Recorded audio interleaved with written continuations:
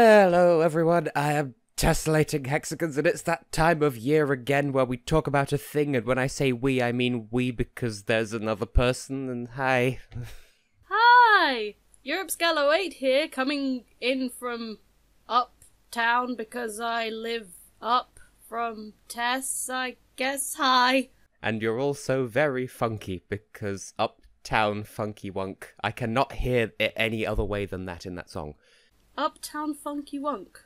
But that's not what we're here to discuss today, Tess. No, we're here to discuss Sideways Town Polka, and by that I mean the Junior Eurovision Song Contest 2017, coming to you live, except not yet, it'll be live on Sunday, from the city of Tbilisi in Georgia. Good for you, Georgia, hosting a contest. Is it bad that it took me this long to realise that it's pronounced Tbilisi and not Tbilisi? Yes, Laura, yes it is. Maybe. Yes, clearly you're the worst person in the world for not being able to pronounce words that aren't native to your language. How dare you? Slap on the wrist for that. Anyway. So, we've just finished watching the opening ceremony, so much as we would have liked to have done this video in running order, we don't actually have a running order, so we'll just be doing the usual thing of talking about them in, like, ISO country code order. The 2-digit version, because as of this year they started listing the countries according to 3-digit ISO country code on the Eurovision CD, and it's confusing because now Australia and Austria have swapped places, but luckily for us, Austria's not in the junior contest, so we don't need to worry about that. Am I still making sense? Yay. That sounded like egg, so I'll take that as a good sign. We start with Albania then? Yes, indeed, doodle-we-doo-doo. We shall begin with Albania, Ana Kodra and Mosma Prekni Pemen, or Don't Touch My Tree, music by Kristi Popa and lyrics by Djogo Papinji. So how do you feel about this one, Lozzie Sausage? Indeed. Your surname is Indeed now. It will soon be G, but anyway. How do I feel about Don't Touch My Tree? It's so cute, it's so precious. Isn't it just? It's so cute! It is so precious. I mean, it did take me a while to get over the title because Don't Touch My Tree.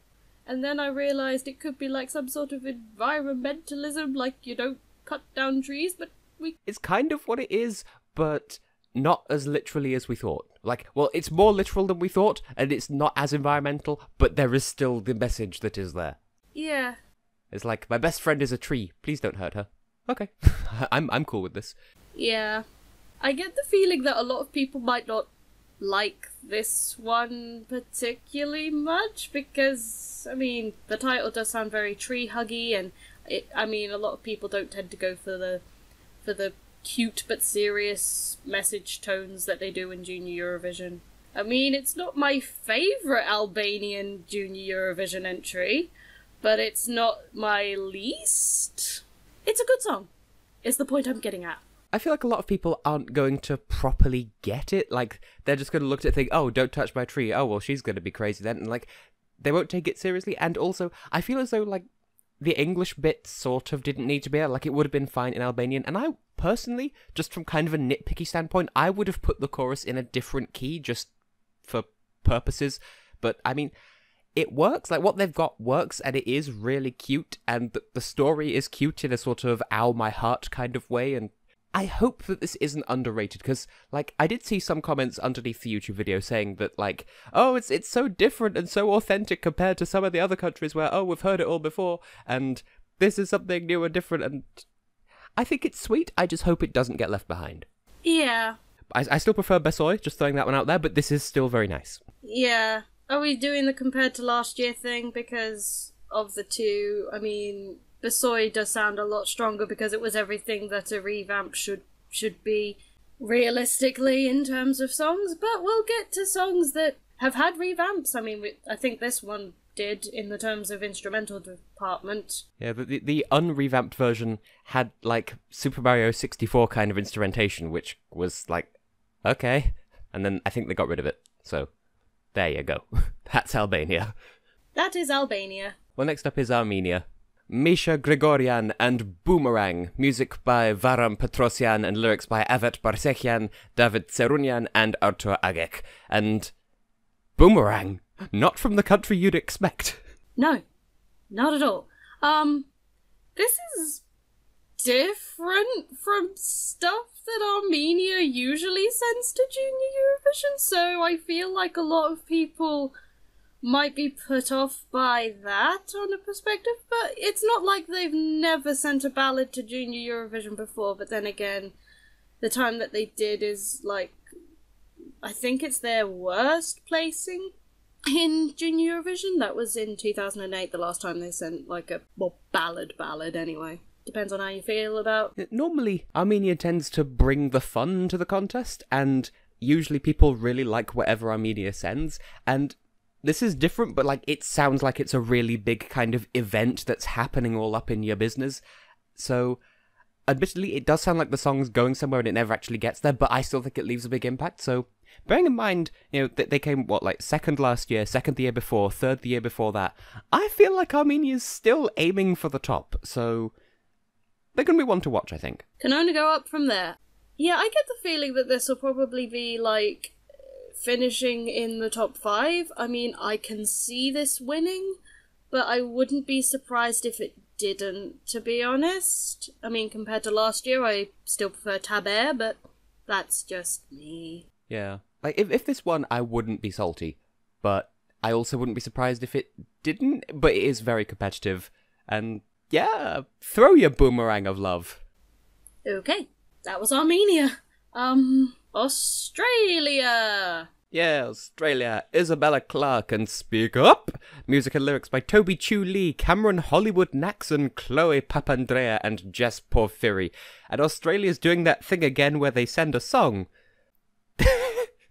Australia's doing that thing again where they send a song.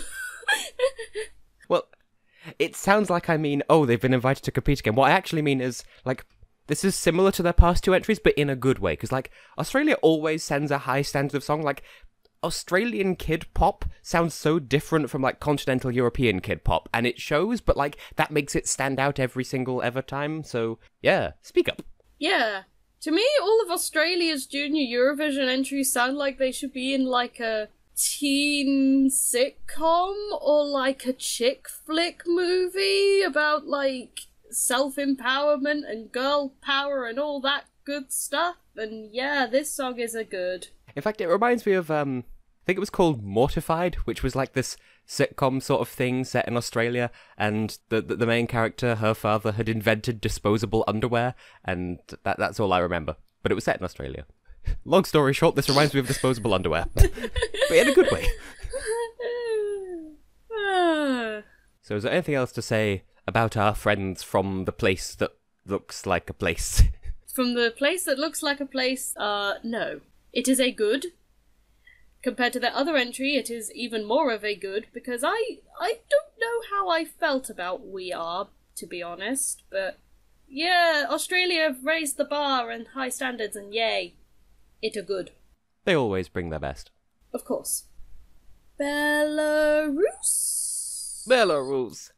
Now, this is another one that people, I think this is the first one that people severely have their eye on. Helena Merai and Yasamaya, that means I am, but the English title of given it is I Am the One. Music and lyrics by Rita Dakota and Helena Merai herself, and this does leave an impression. I'm going to throw this right out there. I'm going to be basic F and say I do really like this one. I really like this one as well, to be actually fair and to be, like, totes real with y'all. And bearing in mind that Belarus is one of the sort of heavyweights of Junior Eurovision, kind of, in that they've won a couple of times. Like, this is another one where I could see it winning, and I feel as though if it did, like, half the adult fandom would be salty and the other half would be really happy, and then the kids would just be like, yay, we like this music, can't you just let us be happy for once? And the adult fans are like, no! Nah! Anyway, yeah, they've won a couple of times in, like, the early editions of the contest where, like, yeah, let's not speak of that time in life. But yeah, this does sound like it could win in the modern era. Actually, it will probably most likely win in the modern era because it's in this year's contest. It is really good. It's a really hard-hitting song from the Belarusian people. I like it more compared to last year. Yeah. Although both entries were good in their own way. I mean, last year's one was a more poppy, kiddie, like the typical Junior Eurovision song, whereas this one, it could stand a chance at adult Eurovision, to be fair. Yeah, because, like, Muzyka Mach Prabied was sort of more, like, very modern Junior Eurovision, and this is just modern, end of story. Like, this could stand up in Junior Eurovision, this could stand up in adult Eurovision, it could stand up in the charts, but maybe not in this country because we don't speak Russian over here and people aren't very good at languages, but it's still, like, it makes an impression. It certainly doodly does. Indeedly doodle it do. Anyway, Cyprus next? I don't know. Cyprus next. And this is one of the few where we know where they are in the running order they're performing first, which is funny because last year didn't they perform last? They performed like second last year. And I think they came second last as well. Oh. Well, whatever the case may be, it's Nicole Nicolaou, I Wanna Be a Star, music and lyrics by Konstantinos Christoforou, who's been in Eurovision a couple of times, most recently 2005, and he has a sassy musical style, and that shows through in this song as well, where, like, if I could be sort of a bit rude, but, like, with the best of intentions, it's, like, it sounds kind of cheap instrumentation-wise, but I don't mean that to be, like, harsh, because, like, Ireland sounded like that last year as well, so I feel like it would sound a lot better live. Does that make any sense? I see what you mean. I do see what you mean. But it's just so fun! It is. It's so fun and catchy. It's a pop-along summer tune in November, but it's Cyprus. It's a good one to open the show as well. Yeah. But then I've also noticed that quite a lot of people in the fandom aren't really the hugest of fans of this one. So I feel like with their attitude, it's like, oh, this song's opening first. It can only get better from here. Whereas if like a really, really good song, which we will get to, if one of their favourites were to open the show, then they'd just be like, oh, it can only go downhill from here. Kind of like how they probably felt when Sweden opened the first semi-final at Eurovision this year, but we're not here to talk about that. We just know that the fandom really are a bunch of funny onions, and Cyprus, well, honestly, I don't know where Cyprus will end up on the scoreboard at the end of things. I mean, I don't expect them to stay at the top, but that's only because it hasn't got the same hype as some of the others, but it's still fun. I could still put this on and have a good old bop. Indeed. That's not a euphemism, I swear. It's like, well, compared to last year anyway, I prefer this, to be honest. They've got an actual singer this time, and I don't mean to be mean to... My god, I've forgotten his name. George? Yeah. That chestnut. Anyway. He was a dancer. Nicole is a singer. You see where it goes from there. But it was fun. Dance floor was still fun. It would have just made more sense at, like, young dancers more than Junior Eurovision if he was old enough to compete in that. Anyway, next up in our list of countries, host nation Georgia performing 9th. Although when they did the opening ceremony, the singer Grigol Kipshidze, he got the running order number out of the thing upside down, and he thought he was performing 6th, and then they're like, nope, you're actually 9th. Anyway, the song is called Voice of the Heart, music by Giga Kochianidze, and lyrics by Temo Sayaya, and I have some thoughts on this one, so I'll let you go first. It very cute. I feel like it's sort of riding on the bandwagon of we won with a ballad last year, so maybe we should try being the host nation with a ballad this year, but it's still cute, it still works. I mean, I'm surprised that Georgia have never sent like a solo male singer before this, but this actually does work really well. So anyway, your thoughts on this, which are better than my inane drivel. Oh, don't be like that. Now, the thing is, I feel about this song kind of similar to what I felt about Portugal's adult Eurovision song, which is opening an entire can of worms right here and now, but just, like, it does work, and I see why other people like it, but I can't get into it myself, but I still see what is good about it, which some people don't seem to understand, so I'll say it a bit louder for people in the back. I understand why it's good, I just don't personally get into it, okay? But Grigol is a good artist, and it's a very nicely stylized song, so, like, it's academically good, it's just not one of my personal favourites. Did I make that make sense? It's good, but it's not your favourite too. Yeah. I think that made sense. Good. I'm glad that I articulated some thinkies. Yes. Articulated some thinkies. Ireland next? Ireland, yes. So there's a funny story with Ireland and Muireann MacDonald, and okay, I have no idea how to pronounce the Irish language.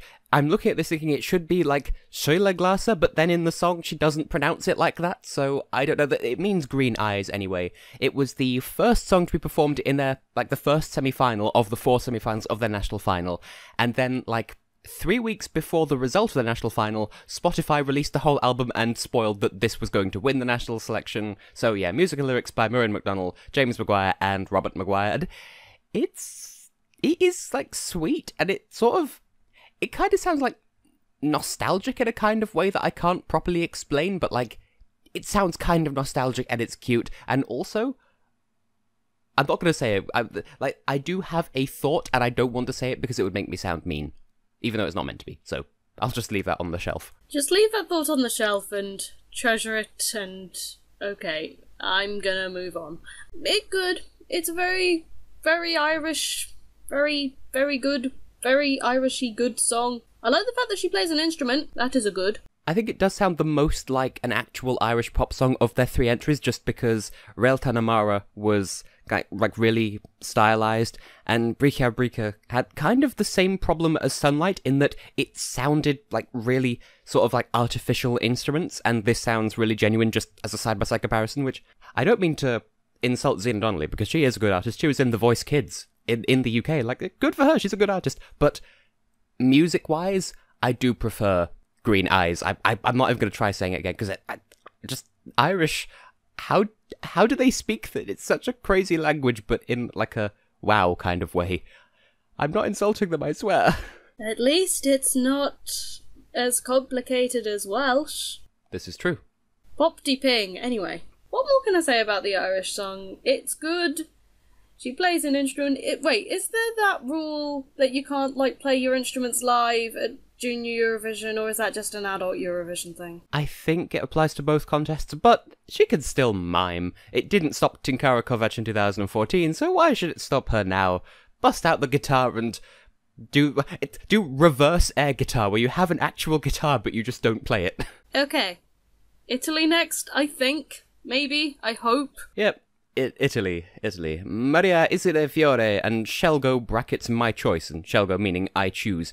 Music by Stefano Rigamonti and Marco Iardella, and lyrics by Stefano Rigamonti, Fabrizio Palaferri, and Maria Iside Fiore herself. And this is so sweet. It's like a happy, uplifting version of L'amore esiste by Francesca Michelin, which is also a good song. I agree with you on that. It's not, like, my favourite of the Italian Junior Eurovision entries, but it's certainly, like, not bad.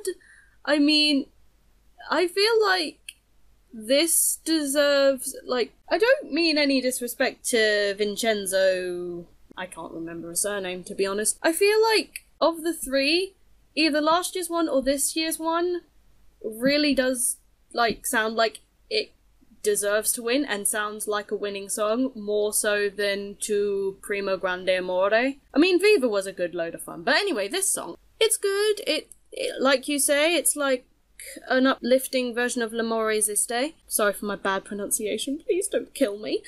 She can sing. She is good. I don't know what else I can say, really. I'll be interested to see what they do with it, like, on the stage, because yeah, last year's stage was really restrictive, and Italy still managed to do some really good stuff with their absolutely precious song last year, so I feel like there's some good stuff here. It was so precious. So precious. It is. There is some good stuff here. I mean, I don't see them using the swing like they do in the music video, but I mean, if they do, then great. And if they don't, then they will have to use a slide instead, because I was going to say they'll use a roundabout, but no, they did that for the Netherlands in 2012. So they'll just, bit by bit, just put together a playground on the stage over the course of several years. The Junior Eurovision Playground, coming soon to a country near you. Anyway, the former Yugoslav Republic of Macedonia, and what an experience they've been having with Eurovision just lately, because, like, they were in Eurovision, and then they were out, and then they were in, then they were out, and now they're back in again. Just I don't know, they're doing the whole hokey cokey, okie dokie, spooky, pokey, whatever that song's called. But they're in for good, but their Junior Eurovision entry was never under question. That's Mina Blažev, Dancing Through Life, Alexander Masevsky for music and lyrics, and oh my goodness, Macedonia, the boy, yeah, it's good. Macedonia have been doing very much of a good with their Junior Eurovision songs lately. Like, they came last, like, about 3 times in the contest's history, I believe. And, yeah, like, this year's entry and last year's, like, they're really hitting hard with the good quality and the production value, and, yeah. I do hope that means that they have enough money in, like, their budgeting, like, thing for really good staging, because this is, like, I can't really imagine this song staged badly. But then it would be interesting to see how this song is staged, to be fair. But I think they're going to need more than just her on stage, because, like, the example I always go back to is Cyprus 2014, where that needed a group of people on stage, and they just had the singer, and they did it last year for Malta as well. This needs to be more than just Mina on stage. Like, she needs an entourage, just to properly sell the idea.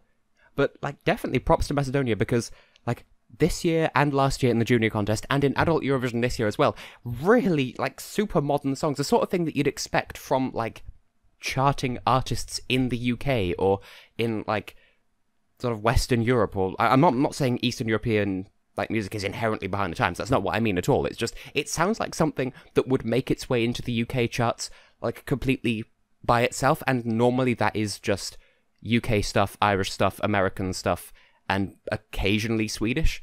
So I feel like this belongs there, which is a really encouraging sign, though I did also say that of Dance Alone. That's a point. Both of their songs in 2017 are about dancing, so themes.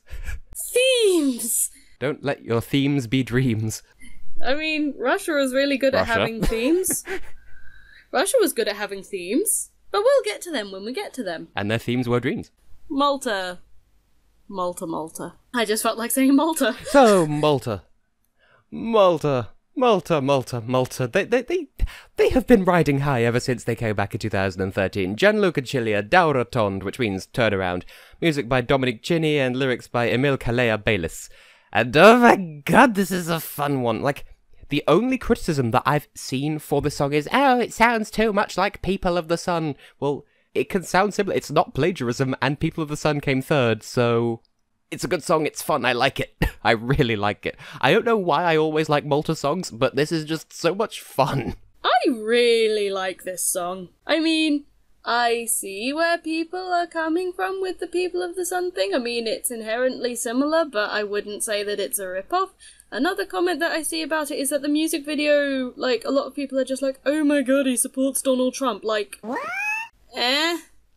It's supposed to be a fun music video, and I think, like, the best way to sort of, like, hey, this is our Junior Eurovision competitor, like, make him a presidential candidate, and somehow the people compare him to Trump. Like, no! Gianluca is a precious cinnamon roll. The whole aesthetic is just, he is our candidate, so make him look like a candidate, see what we did there. Like, that's all they're trying to do. Yeah. And it's cute. It's cute. It is so good, though. There's only one thing, though, with just the Maltese section of the song, and that's, like, I like it, but currently, at the moment, the only website that has a translation for it cannot translate it to save their lives, so somehow they've put in the whole Daura Dorella Abza Cigarella Choftal Belus Chacha Ilulila Rus, and it's come out as Turns Durella Ribbon Jump, Velvet Bow, 5 question marks, a boyfriend, the bee turn on the hunter roof when it reaches under the tunnel doing a little move. That just sounds funny. I hope that is the I mean, I don't hope it's the actual translation, but that just sounds funny. I'm sorry, Malta. It probably means something a bit more profound than that. I'm sure it's, like, really deep and meaningful. Clearly it's the meaning of life. Yes. Malta is the meaning of life. Anyway. Between 2 and 4 hearty thumbs up for Malta. Anyway, the Netherlands next. A boy band called Force, but like the number 4, but Force, consisting of Max Mies, Janus Heuvelmans, Niels Schlimbach, and Ian Kuiper, and the song Love Me. Music by Joost Griffioen. I'm sorry, that's going to be on screen, I can't pronounce that. And Stas Schwacina, and lyrics by Joost... Can't say that surname, I apologise. What do we think of this one? Did you just say Just wrote this song? Yay! Not that used. I got a bit ahead of myself. Very typical boy band song. Very what my dad calls boy band dancing. I hope that goes on stage. I really do. That would just be amazing. It's a really good song. It's a really good, like, bop along, kids bop, happy, fun time song. Yes, it is a good. It sounds like a modern sort of bop as well. Indeed. There's one thing that I don't get about it, and that's that, like, I don't know if they're still there, but there was a load of comments on the video on YouTube a while ago that were all, like, basically to the effect of, oh, cringe, like, what are you cringing at? This is literally a really legitimate, competent entry. Like, what is your beef? The Netherlands are doing a good. Is it because, ew, boy bands, like, they went out of style the day One Direction broke up? Like, I don't know. I mean, try telling that to all of the girls that actually like this song, because, like, they do have a lot of female fans, which is good because I'd imagine that's kind of what they were aiming for? Question mark? The fandom are a funny bunch of onions. And aubergines. And pineapples. Speaking of pineapples, Poland! What does Poland have to do with pineapples exactly? They both begin with P.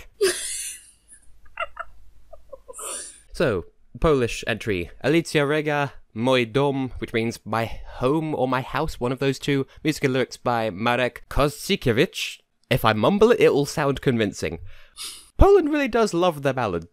That was grammar. They really do like their ballads in Poland, don't they? Now I'm just imagining a Polish version of My House in the Middle of My Street. That's probably not it at all. It is a very beautiful ballad. Like, Poland is another one of those countries, like, since their return last year, they've really been hitting the ball hard.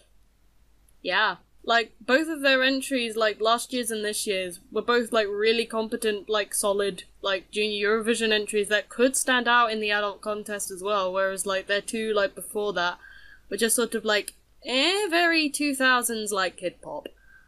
But yeah, this song is really cute and really beautiful, and I've seen a lot of people comparing her to Claudia Fanello from Malta this year.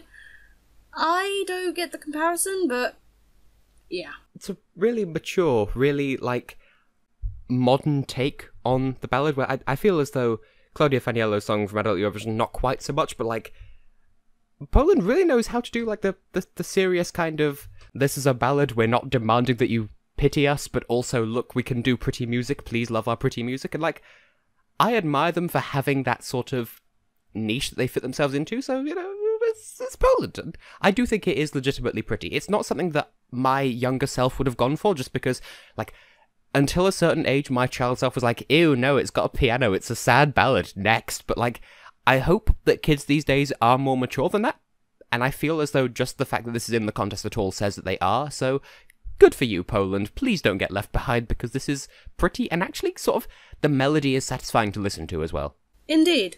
I have no further comments, Your Honour. Now, here's a fun one to talk about, as they have been for the adult contest this year as well. Portugal coming back right out of flippity nowhere. Mariana Venancio and YouTuber. Music and lyrics by João Cabrita and Mariana Andrade. And let's not mince words here. They're only spelling YouTuber with a lowercase t so that they can get it past the EBU's no product placement rule, even though it is still product placement. And like, you might say, oh, well, it's not a branded name. YouTube doesn't own the phrase YouTuber, but it still contains the brand name YouTube. So unless she's singing about someone being a potato, like, tuber, because tuber is the family of plants that potatoes belong to, then if it's not that, then it's product placement. Like, it's sort of like Australia 2016 all over again, where if they spell FaceTime with a lowercase t, that'll somehow get them past the rule, and, like, either have the rule or don't. Like, I got no actual beef with the song. Like, when they first released the demo, people kind of cringed because it was, I think, a middle-aged guy singing it just as a demo. But, I mean, the subject matter is kind of, like, it will be dated in about 10 years' time, but that isn't really a problem now. But it is, like, a relevant song for the kids to be singing. I just don't like the fact that it flouts the EBU's rules, because, like, please tell me it's not just me, or actually be honest, but is it just me? First of all, welcome back to the contest, Portugal. It's been a while, we've missed you.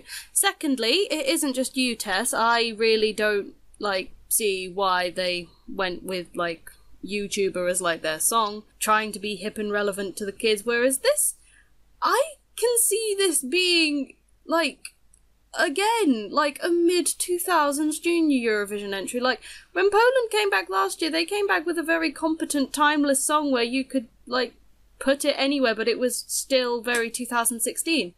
Whereas this, you could put this in, like, 2006 or 7 or 8, and it would still fit in perfectly. But no, this is 2017. And if any song needed a revamp, it would have been this one. Like, seriously. Like, the instrumentation, I don't really get. I don't know why I'm not a huge fan of the instrumentation. I'm just not. But she can sing competently. That is a good point to have to this song. She can sing, but I feel like the Festival de Canção Junior would have made more sense if there were, like, 5 different songs, because as somebody who has a Portuguese friend who actually watched it, he just grew sick of hearing the same song, like, about 6 times. Like, there were 5 singers, it was performed 5 times, and then once as a winner's reprise. So, yeah. It doesn't help as well that it does sort of feel like they wrote half a song and just performed it twice that would meet the 3-minute kind of mark. Like, it's just, the second half sounds too similar to the first half, so it's really easy to get sick of, even if you just hear it once. And I don't want to sound like I'm just nitpicking Portugal, it's just... But let's look at the positives. Like, as we've said, Mariana is a really good performer. Like, if... I didn't hear the other candidates for this, but she does really bring the song to life, so it's not a total dead loss, and I feel as though people will appreciate it. But, I mean, at this point, I'm not qualified to say anything about how timeless or not Portugal's Eurovision entries are, apparently. So I'm going to refrain from saying anything about how dated it might be, but at least, like, they've got a really competent performer for it, so the song itself isn't a dead loss, but there's still a fair bit of damage control there, so also kind of it's a bold move for them to try, so credit where it's due. I feel like this would be the guilty pleasure of a lot of people. To be fair, yeah. I mean, I don't mean, like, it's not timeless, as in, like... I mean, their adult Eurovision entry this year it was still 2017, but it could also sound very much in place in a 1950s contest, whereas this could also very sound in place in, like, a mid-2000s junior Eurovision. But it's a cute song, it's a guilty pleasure of mine, at least. And this really deserved a revamp, but it didn't get one. Like, I mean, I get that RTP is, like, saving, like, their resources for hosting next year's Eurovision, but please, improve next year, please. Hi, if you're watching. I say as if my Portuguese friend is actually going to watch this video and actually report to RTP. Of course, every Portuguese person is secretly a spy for RTP. How did you not know this? Dun dun dun. Anyway, Serbia. Irina Brodic and Jana Paunovic with Ceo Svet je naš, which means the whole world is ours.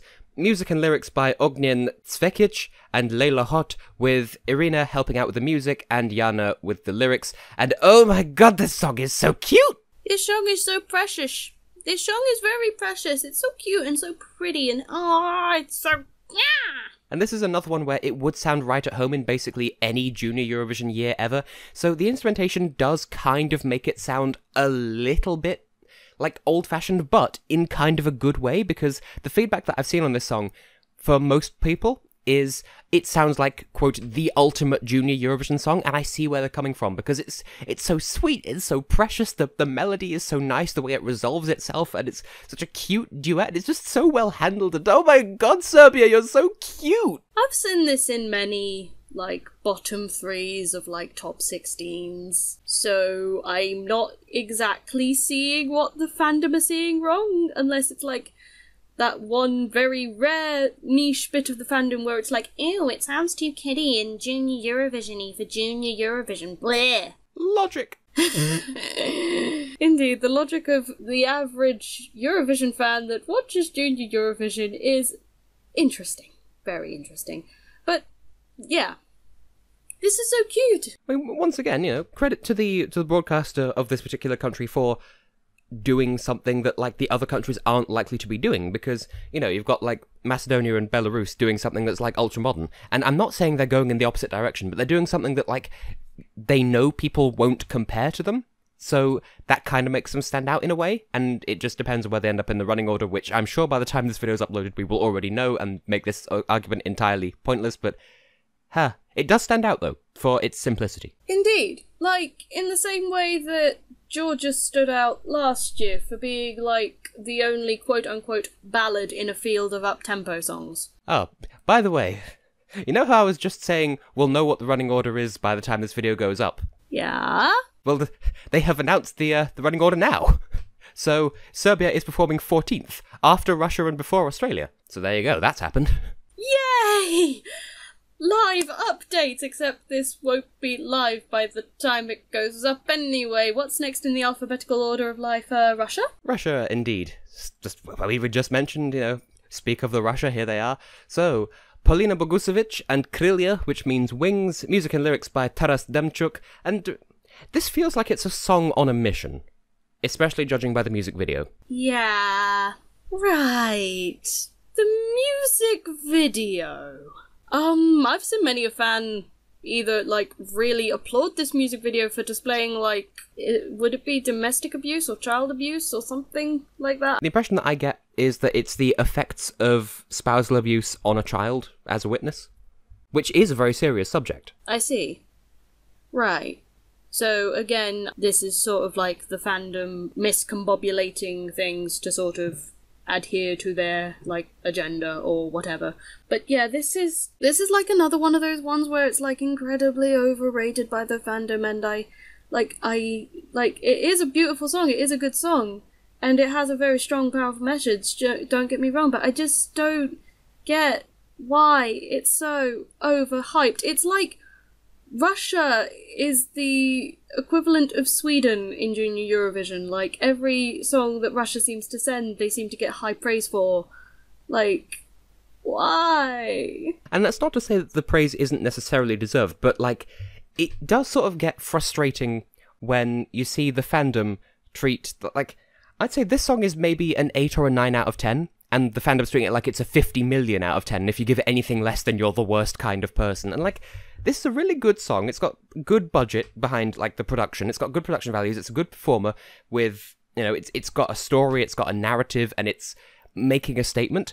It's not one of my favourites personally, but I do appreciate what it does.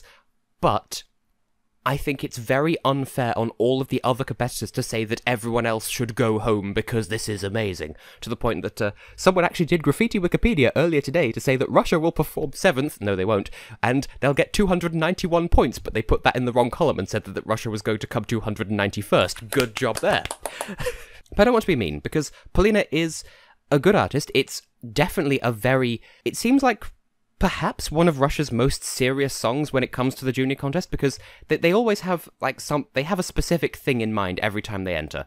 And last year they had a message about, well, the Water of Life project, we remember that quite clearly. And before that it was sort of, the children and the feelings they wanted to convey, and then 2012 was kind of the same thing, but in a pop sort of way. And so this may be one of their most serious entries in that regard. Like, I want it to get its, like, actual recognition, obviously. I just don't want it to run away with it just because people think, oh, it should run away with it just because. And also, I feel as though, out of all of them, this one will benefit the most from the public vote, I think. Indeed. I mean, it is a really good song, I just sort of, like, don't like the fandom's attitude towards it, really. That's sort of, like, the only beef I really have with it. But other than that, it is a really good song, and it's not really fair to sort of, like, judge the song based on the fandom reception, but it's not one of my favourites, personally. What's next on the list, alphabetically? I can't remember now.